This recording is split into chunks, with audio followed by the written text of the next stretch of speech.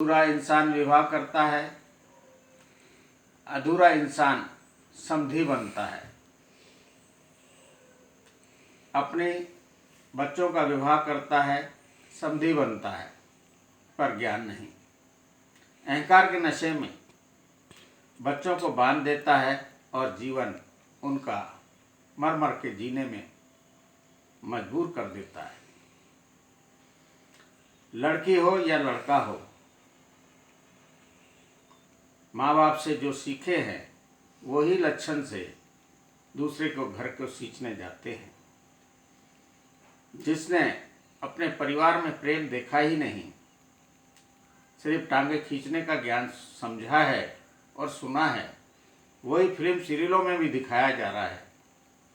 जो आज घर घर में टीवी लगी है, उस सीरियलों में क्या दिखाया जा रहा है?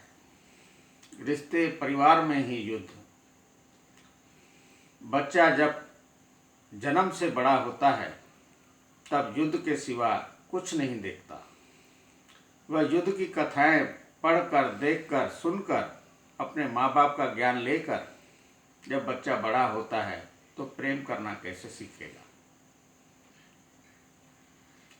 मनमानी में जीने के लिए माता पिता ही उसको पट्टा बनाते हैं और वही विरुद्ध उसका बच्चा उसका सामना करता है।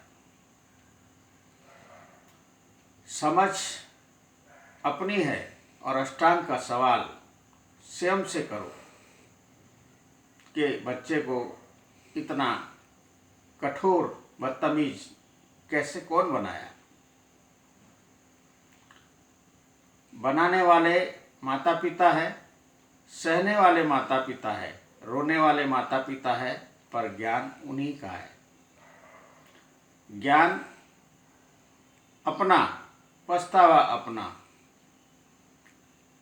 यही है 18 बाणों की सजा। जब इंसान जो भी 50 साल की उम्र के बाद जीता है, उसके सामने में गीता 18 सवाल करती है। 2 सवाल के जवाब पर, एक सवाल पर माता खड़ी होती है, करनी का सच। एक सवाल पर पिता खड़ा होता है, करनी का सच। एक समझ पर दादा खड़ा होता है, एक समझ पर दादी खड़ी होती है। एक समझ पर नानी खड़ी होती है, एक समझ पर नाना खड़ा होता है। उसके बाद छोटे आते हैं, छोटे उसी समझ पर खड़े हैं और युद्ध मैदान में लगी हुई है। और अष्टांग से सवाल करता है। अष्टांग हर मन से सवाल करता है, अर्थात अर्जुन और श्री कृष्ण की कथा श्रीमद् भागवत कथा है।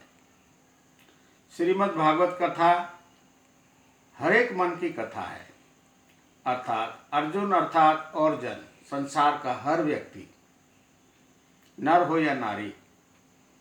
कृष्ण अर्थात कर्ता, आत्मा। आत्मा हर संसार के हर व्यक्ति से पूछ रही है, तुम सही हो तो हर प्रश्न का जवाब दो। सवालों का जवाब श्रीमद् भागवत कथा है। श्रीमद् भागवत कथा अष्टांग का सामना है। जो इंसान अपनी करनी का मनन करेगा तो उसकी मुरली बजेगी, अर्थात अपना मन गाय के समान होगा। मूंधारी जब आत्मज्ञान पर चलेगा तो उसका जीवन संवरेगा। कोई भी इंसान सृष्टि पर ऐसा जन्मा नहीं जो इंसान का भला करे। जो जन्म लेते हैं, 1000 सालों में एक बार जन्म लेते हैं, 100 सालों में जन्म लेते हैं महात्मा, जब वो समझना आरंभ करते हैं तो उनकी मृत्यु हो जाती है। और जो अपना ज्ञान छोड़कर, लिखकर, बोलकर जाते हैं, उसी का द्रोणाचार्य व्यापार करना आरंभ कर देते हैं, पर समझ वहीं अधूरी की अधूरी रह जाती है। हर इंसान 3 पायदान पर ही खड़ा है, चौथा पायदान इंसान चढ़ा ही नहीं।